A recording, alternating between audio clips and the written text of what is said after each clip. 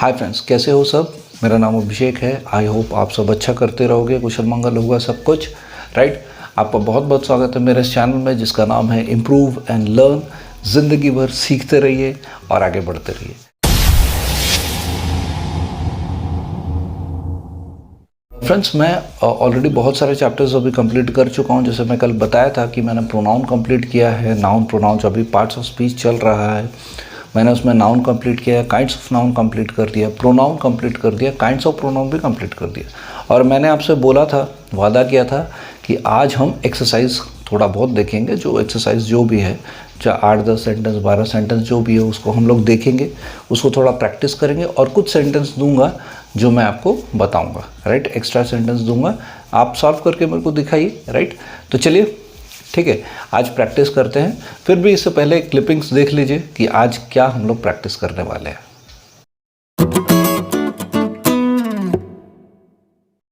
So friends, welcome to my channel. आपका हार्दिक स्वागत करता हूं मेरे इस चैनल में। आप यहां देख सकते हैं मैंने क्या लिखा था, आपने टॉपिक ज़रूर देखा होगा कि kinds of pronoun, all kinds of pronoun आज हम प्रैक्टिस करने वाले। तो मैंने जैसे लिखा है all kinds of pronoun. Friends, आप यहाँ देख सकते हो कि मैंने टोटल सेंटेंस जो है, टोटल 7 सेंटेंस लिखे। इसको थोड़ा प्रैक्टिस करते हैं, उसके बाद मैं बताता हूँ। पहले क्या लिखा है, हम लोग क्या प्रैक्टिस कर रहे हैं, काइंड्स ऑफ प्रोनाउन जो हम लोग पढ़े हैं टोटल, सातों के सातों 8 जो भी काइंड्स ऑफ प्रोनाउन टोटल पढ़े हैं, personal pronoun, reflexive pronoun, emphatic pronoun, फिर distributive pronoun, indefinite pronoun, relative pronoun, interrogative pronoun, positive pronoun, जितने भी पढ़े वो इस सेंटेंस में हम लोग लिखा गया। तो थोड़ा देखते हैं और प्रैक्टिस करते हैं। फ्रेंड्स, मैंने यहाँ लिखा है she invited her for the new party. नया पार्टी के लिए वो किसी को इन्वाइट की।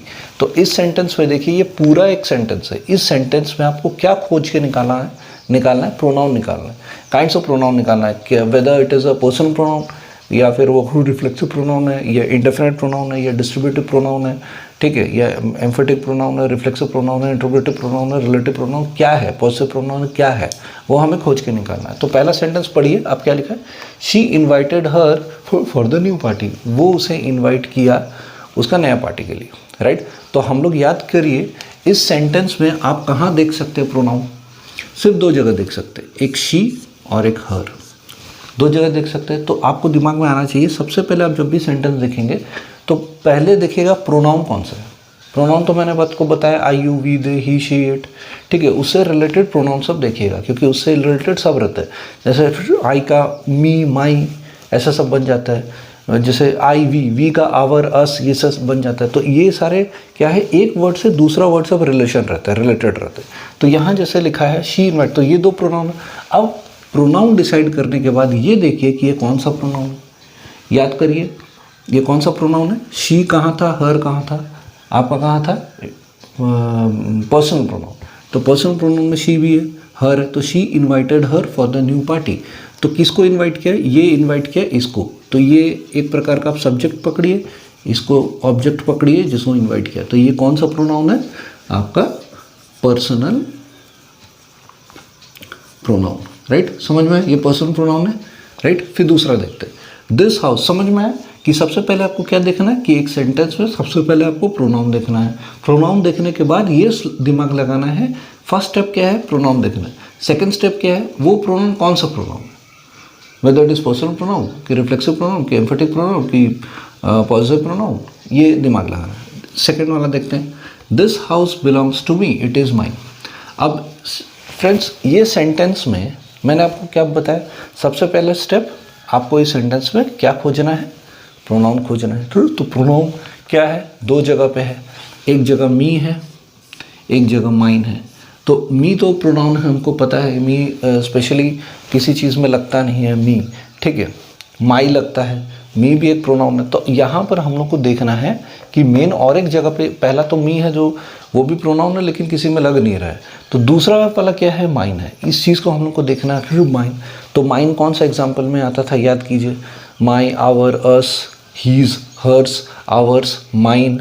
ये किस में लगता था, ये लगता था आपका पॉजेसिव प्रोनाउन में लगता था। फ्रेंड्स, आपको समझ में आ रहा है मैं जो बोल रहा हूँ, ठीक है। मी भी प्रोनाउन है लेकिन ये प्रोनाउन मतलब किसी में लग नहीं रहा है, ना पर्सनल में है, ना रिफ्लेक्सिव में है, ना एम्फेटिक में है, ना डिस्ट्रीब्यूटिव, इंडेफिनिट, किसी में नहीं है।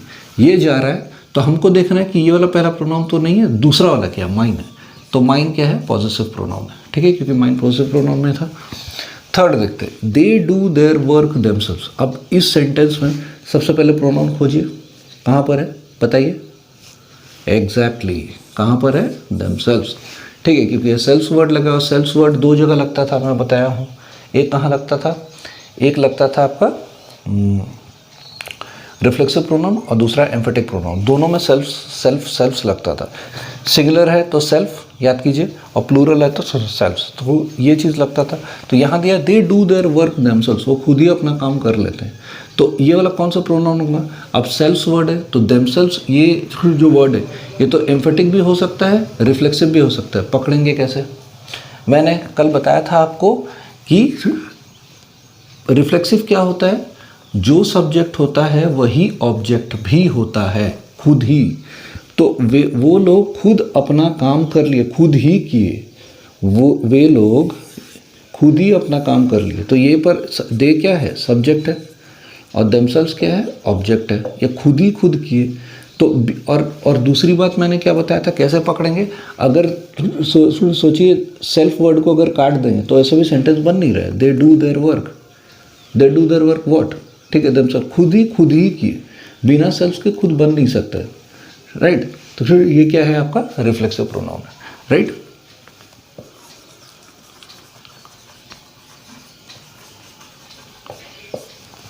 ठीक है, ये तो पहला रीजन मैं आपको बताया था कि दो सिस्टम से आप पकड़ सकते हो कि वो रिफ्लेक्सिव है कि एम्फेटिक है।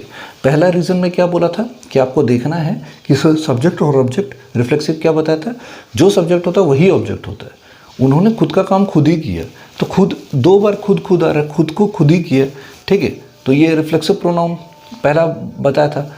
दूसरा पॉइंट क्या बताया था रिफ्लेक्सिव प्रोनाउन का, कि अगर हम लोग सेल्फ वर्ड को हटा देते तो सेंटेंस क्रिएट नहीं होता है, ठीक है। जैसे मैंने कल एक एग्जांपल दिया था, ही स्लैप्ड हिमसेल्फ, तो ही slapped himself, he slapped what, किसको, हिमसेल्फ, खुद को ही खुद मारा है, तो वो खुद को मारा है, तो वो और खुद, वो ही जो है सब्जेक्ट और हिमसेल्फ क्या है, वो ऑब्जेक्ट था, तो वो रिफ्लेक्सिव प्रोनाउन था। नेक्स्ट आते हैं, he himself organise the party, वो खुद ही पार्टी को ऑर्गेनाइज किया। अब फ्रेंड्स इसमें देखिए, अब खोजिए इस सेंटेंस में प्रोनाउन क्या है, देखिए सेल्फ वर्ड यहाँ भी है, हिमसेल्फ, ठीक है, तो ये प्रोनाउन है। अब ये डिसाइड, फिर मैं आपको क्या बोला, नेक्स्ट स्टेप क्या देखना है कि वो कौन सा प्रोनाउन है। पहला स्टेप है क्या प्रोनाउन है, कौन सा प्रोनाउन है, उसके बाद देखना है वो प्रोनाउन डिसाइड करने के बाद आपको मिल गया कि कौन सा प्रोनाउन है, उसके बाद वो वर्ड फिर कौन सा प्रोनाउन है, क्या वो पर्सनल है, रिफ्लेक्सिव है, एम्फेटिक है, क्या है, डेमोन्स्ट्रेटिव है, डिस्ट्रीब्यूटिव है, क्या है। तो यहाँ पर देखिए he himself organise the party, तो हिमसेल्फ वर्ड क्या है,